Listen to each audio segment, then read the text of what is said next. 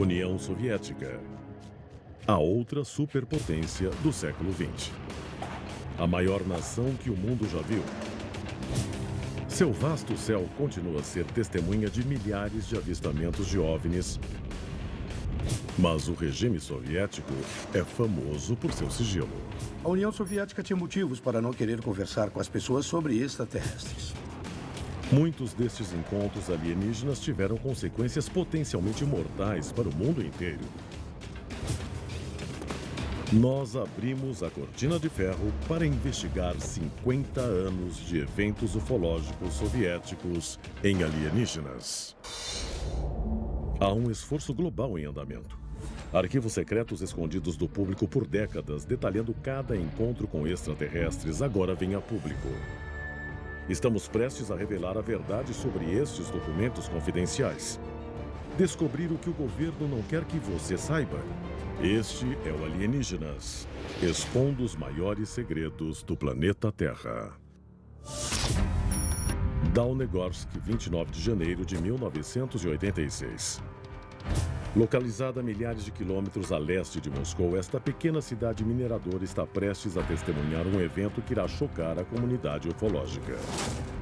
Centenas de pessoas assistem espantadas quando uma bola de fogo corta o céu e cai em uma montanha próxima. A notícia deste avistamento em massa se espalhará além das fronteiras dos países, abrindo os olhos do mundo para décadas de relatos ufológicos desconhecidos anteriormente.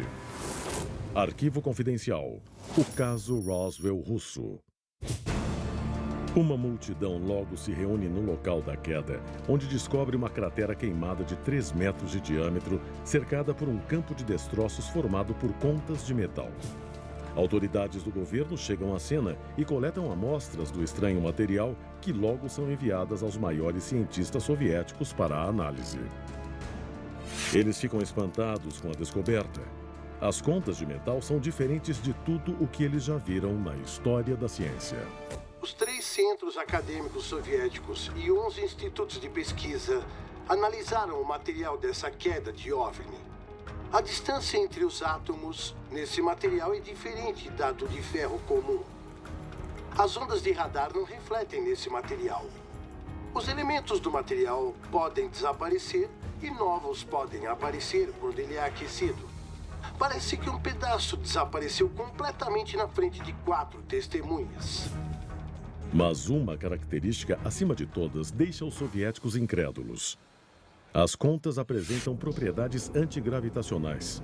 A eles resta apenas uma resposta possível. Um relatório da CIA de 1989, tornado público, afirma que cientistas concluíram que o objeto que caiu era um veículo espacial extraterrestre construído por seres altamente inteligentes. Um jornalista americano alega ter pegado ilegalmente amostras do material para levar aos Estados Unidos. O jornalista americano George Knapp foi o único correspondente a ir até a União Soviética e pegar o material do acidente de Dawnegorsk, que agora muitas pessoas chamam, depois de tantos anos, de Roswell russo. É uma referência à famosa história da queda de um OVNI perto de Roswell, no Novo México, em 1947. A princípio, o incidente foi confirmado pelo exército americano somente para ser negado mais tarde em uma mudança de postura impressionante. Foi o evento que trouxe as conspirações do governo a respeito de OVNIs ao conhecimento público no Ocidente. No Oriente, os soviéticos tentariam uma política mais aberta em relação aos OVNIs. Em 1967, o primeiro grupo de estudo ufológico foi formado. Seus líderes foram à televisão estatal pedindo que o público divulgasse suas histórias de avistamentos e encontros alienígenas. A resposta foi surpreendente. Mas assim como os Estados Unidos, a União Soviética mudaria radicalmente de atitude ao tratar do assunto, dissolvendo o grupo de estudo após menos de um ano sem explicação nenhuma. Nos anos seguintes, os soviéticos mantiveram um código estrito de silêncio sobre o tema OVNIs. O que o grupo de estudo soviético descobriu para forçar o Kremlin a terminar o projeto repentinamente? O que estava escondendo? Como o encobrimento americano após Roswell, os oficiais soviéticos são rápidos para minimizar o evento de Dawnegorsk. Mas no fim dos anos 80, a União Soviética não é o mesmo estado difícil das décadas passadas. O novo secretário do Partido Comunista, Mikhail Gorbachev, conduzia uma era de glasnost, ou abertura. As pessoas não têm mais medo de falar sobre assuntos tabus como OVNIs. Na esteira do incidente de Dawnegorsk, a notícia de décadas de relatos de OVNIs soviéticos começou a se espalhar. E muitos deles tiveram consequências mortais.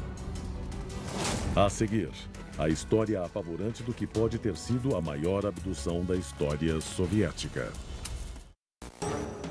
A União Soviética foi testemunha de milhares de relatos de OVNIs durante sua existência, mas praticamente todos estes relatos foram destruídos ou perdidos para a história. Um dos poucos que ainda sobrevive continua a assombrar a região até hoje. Arquivo Confidencial. O incidente da passagem de Dyatlov. Montes Urais, 1959. 9 amigos embarcam em uma viagem para esquiar em um vale hoje conhecido como Passagem de Dyatlov. Todos eles têm experiência para sobreviver no clima extremo. Pouco depois do início da jornada, os Urais são atingidos por uma forte nevasca. Quando os esquiadores não conseguem chegar a seu destino, um grupo de busca é formado para localizá-los. O que é encontrado é digno de um pesadelo. Os resgatistas descobrem uma barraca gravemente danificada, sem ninguém em seu interior. No entanto, os pertences do grupo estão lá, incluindo câmeras e diários dos esquiadores. Uma análise revela que a barraca foi cortada de dentro para fora. Os resgatistas seguem um rastro de pegadas até a beira de uma floresta próxima, onde fazem uma descoberta sinistra. 5 corpos, vestidos apenas com roupas íntimas, congelados na neve. As evidências sugerem que eles estavam tentando voltar à barraca. O exame forense indica que todos morreram de hipotermia. Parece que o grupo embarcou em uma desventura bizarra, desorientado pelo frio intenso. Isso até que os corpos dos 4 esquiadores restantes são descobertos meses depois. A causa da morte lançará uma luz nova e sinistra sobre o caso. 2 dos corpos achados recentemente têm grandes fraturas no crânio e os outros 2 fraturas no peito. Uma mulher teve sua língua cortada. O relatório final sobre o incidente da passagem de Dyatlov é enviado para um arquivo secreto, onde fica guardado até os anos 90. Quando o arquivo finalmente é divulgado, documentos cruciais estão faltando. Os que restaram afirmam que as lesões fatais não poderiam ter sido causadas por outro ser humano e que altas doses de contaminação radioativa estavam presentes em algumas peças de roupa. O que levou 9 esquiadores a saírem de sua barraca e correrem nus em meio a uma nevasca? O que provocou a radioatividade em suas roupas? O que infligiu as terríveis lesões, incluindo a língua cortada? Muitas teorias foram consideradas, desde loucura provocada por hipotermia a um ataque do povo indígena Mansi. Durante a investigação, outro grupo de esquiadores se apresenta e revela ter visto esferas estranhas e brilhantes no céu na época do incidente. Apesar de tudo, as autoridades soviéticas afirmam que as mortes ocorreram devido a um infortúnio, citando a ausência de uma parte culpada. Mas muitos especialistas em ufologia apontam um encobrimento claro do governo de uma abdução alienígena mortal. Desse ponto em diante, o embargo à verdade começou a crescer. A União Soviética tinha motivos para não querer conversar com as pessoas sobre extraterrestres. Por que os soviéticos censurariam o relatório da passagem de Dyatlov? Por que o governo não avisou a nação sobre uma ameaça extraterrestre potencialmente fatal? O que o Kremlin tem a esconder? O incidente da passagem de Dyatlov ocorreu em um momento em que o sigilo poderia decidir o destino do mundo. No final dos anos 40, foi iniciada a Guerra Fria entre a União Soviética e a superpotência rival, os Estados Unidos. As duas nações começaram uma corrida perigosa por armas nucleares. No início dos anos 50, esquadrões de bombardeios B-52 americanos equipados com armas atômicas começam a fazer incursões militares, sobrevoando o território soviético somente para retornar no último segundo. Para se protegerem desta ameaça, os soviéticos expandem sua rede de radares para detectar qualquer incursão a seu enorme espaço aéreo. Mas não demora muito para que as estações comecem a detectar mais do que bombardeios americanos. OVNIs começam a aparecer com uma regularidade crescente perto de instalações militares do país. É uma tendência alarmante que chegará ao auge no final da década. Arquivo confidencial. O incidente de Sverdlovsk. Sverdlovsk, Ucrânia, junho de 1959. O radar soviético detecta um OVNI se aproximando de uma instalação para testes nucleares. Militares fazem contato visual com um OVNI em forma de disco que começa a aplanar acima da base. Um caça é enviado para abordar a ameaça misteriosa, mas quando se aproxima, o disco voador assume uma postura evasiva, zigue-zagueando para fora de perigo em alta velocidade, mas voltando para sobrevoar a base militar. O impasse continua por 24 horas tensas, até que o OVNI desaparece sem aviso ou explicação. O incidente de Sverdlovsk enfatiza o perigo apresentado por OVNIs em uma época crítica da história. As superpotências rivais dão seus primeiros passos em um novo e vasto domínio. Mas nos bastidores, esta empreitada deixará as duas nações fazendo uma pergunta perturbadora: já existe alguém no espaço? A seguir, os dois líderes mais poderosos do mundo tornam-se aliados diante de uma iminente ameaça alienígena. E OVNIs deixam o mundo à beira de um Armagedon. Num programa de aventura extrema...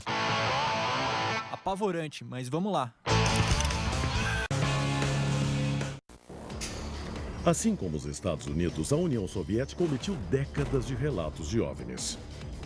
Muitos de seus arquivos contêm segredos mortais, mas, de acordo com alguns especialistas, nos anos 60, os dois homens mais importantes do mundo fizeram uma tentativa sem precedentes para erguer o véu de sigilo que cercava os OVNIs.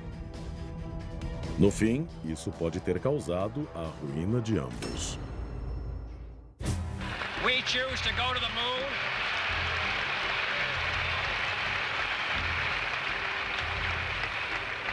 We choose to go to the moon in this decade and do the other thing. Not because they are easy, but because they are hard. Because that goal will serve to organize and measure the best of our energies and skills. 1961. O presidente John Kennedy anuncia a intenção dos Estados Unidos de pousar um homem na Lua. Politicamente, é uma tentativa de acompanhar a União Soviética na corrida espacial. Mas muitos especialistas acreditam que, nos bastidores, a missão lunar incluía muito mais do que orgulho nacional. O real motivo pelo qual o presidente Kennedy quis mandar um homem para a Lua era ter ciência que, desse jeito, as divisões de segurança nacional dos Estados Unidos poderiam compartilhar informações sobre OVNIs. No início dos anos 50, o pessoal da Segurança Nacional sabia que existiam bases alienígenas na Lua.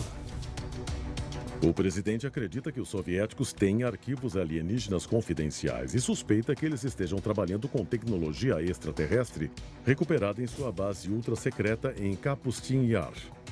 Mas a CIA oculta as informações ufológicas mais delicadas do presidente. Kennedy percebe que o futuro da raça humana está por um fio. Ações imediatas são necessárias para evitar que a Lua caia em mãos inimigas, seja na de humanos ou em outras mãos. Ele decide usar a missão lunar para forçar a CIA a começar a compartilhar informações sobre OVNIs. Sem o conhecimento de Kennedy, Khrushchev também está preocupado com a atividade alienígena, o que leva a uma demonstração de confiança inédita entre os dois rivais globais. 12 de novembro de 1963, o premier soviético Nikita Khrushchev Combinou com o presidente Kennedy que a União Soviética e os Estados Unidos iam mandar missões conjuntas à Lua. E parte desse acordo exigia que as agências de inteligência, tanto da União Soviética quanto dos Estados Unidos, iam dividir todas as informações sobre OVNIs. Mas apenas 2 dias depois que os dois líderes entram em acordo, o impensável acontece. Kennedy é assassinado em Dallas. E menos de um ano depois, Khrushchev perde seu cargo. Terá sido uma coincidência? Ou esta sequência de eventos está ligada de alguma maneira ao acordo secreto dos dois líderes para dividir informações ufológicas? Alguém ou alguma coisa orquestrou sua perda de poder? Nos anos seguintes, as duas superpotências rivais serão alvo de uma perigosa interferência alienígena. Mas não no espaço. Em março de 1967, um OVNI aparece acima do depósito de armas nucleares dos Estados Unidos na base aérea Malmstrom, em Montana, deixando as ogivas inoperáveis. É o primeiro de uma série de incidentes em que instalações de armas nucleares são alvos de OVNIs. Um evento deixará o mundo à beira de uma guerra nuclear. Arquivo confidencial. O incidente de Usovo. Usovo, 4 de outubro de 1982. Testemunhas relatam luzes estranhas no céu acima de uma base de mísseis nucleares. Elas se lançam para frente e para trás em uma série de movimentos ofuscantes. De repente, o painel de controle da base ganha vida. Em um depoimento, o Major M. Davidovich Kataman mais tarde diria que viu uma iluminação espontânea de todos os painéis. Complexos códigos de lançamento são inseridos por mãos invisíveis. Os mísseis estão sendo preparados para o disparo. Por 15 segundos de parar o coração, o pessoal da base assiste impotente enquanto o mundo se equilibra à beira do Armagedon.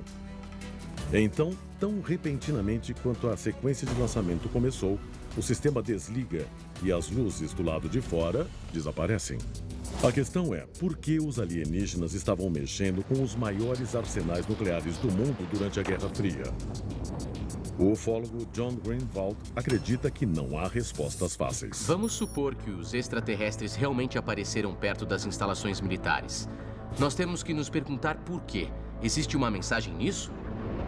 Mas eu acho que, em relação a tentar desarmar nossa tecnologia militar ou botar medo, porque nossa tecnologia militar não é nada comparada ao que eles têm, eu acho que não precisam fazer isso.